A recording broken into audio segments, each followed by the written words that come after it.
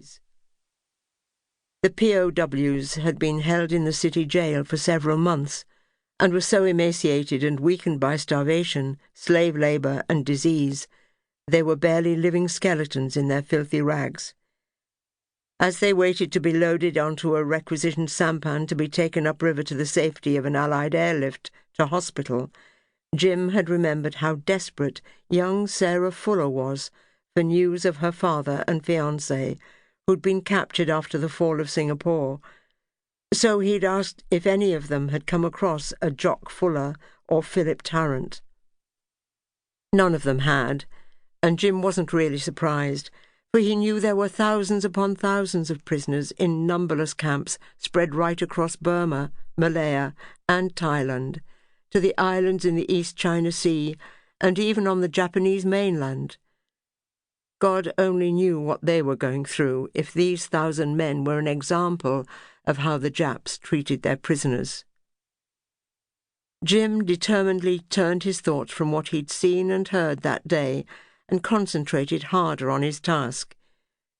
He could hear the burbling of the force's radio broadcast coming from the mess tent, and didn't want to miss Prime Minister Churchill's speech, which everyone suspected would come sometime today. The news from home had lifted the spirits of the brigade, and the tension had mounted as they waited for confirmation that peace in Europe really was at hand.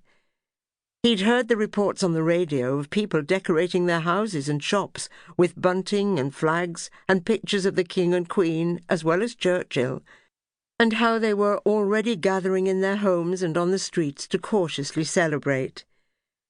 He could just imagine Peggy joining in with alacrity. Darling Peggy always did love a good knees-up, and there would certainly be a party to end all parties if the rumour of peace proved to be true.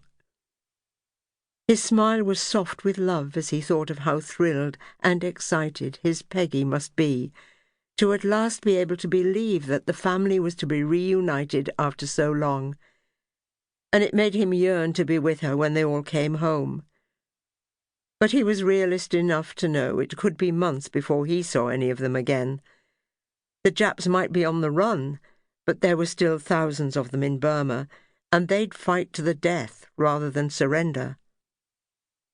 He was rewarded with a mouthful of rust and spat it out just as the boat loosened and the exhaust pipe came free.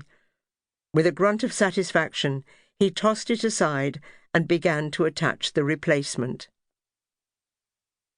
He was actually on leave for a few days following the liberation of Rangoon, but in less than a week he'd be back in action to rout the retreating Japs from the Malchi Road, as good as it was not to be shot at or ambushed, or have to witness the blood and guts of the suicidal Japs that were lying everywhere. He'd soon become restless and bored at being confined to this jungle camp on the Indian border, where there was little to do but swim in the river, play endless games of cards, drink, and watch the rain teem down.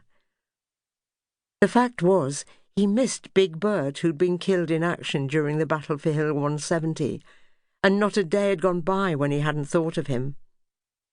The other blokes in the brigade were good company, but none of them, apart from Jumbo McTavish, had the large presence or personality that Bert had possessed, and his absence left a gaping void in Jim's life.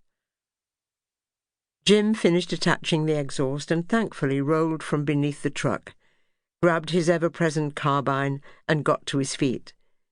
It was almost 5:30, and the sun would soon set, plunging them all into darkness with a swiftness they'd become too familiar with over the past 3 years. He stretched and yawned before heading to the tent he shared with 5 others to fetch his wash kit. He collected his wash bag, took off his watch, and emptied his pockets onto the truckle bed, and went back out into the rain and the gloom. With the rain drumming on his hat, he sloshed through the mud past the cookhouse and mess tent, which was already filling up with men eager to hear what the day's news would bring. Jim reckoned that, with the time difference, they wouldn't hear the 3 o'clock news from London until about 8:30 this evening, so he had plenty of time to wash, eat, and down a few very welcome beers. He hurried down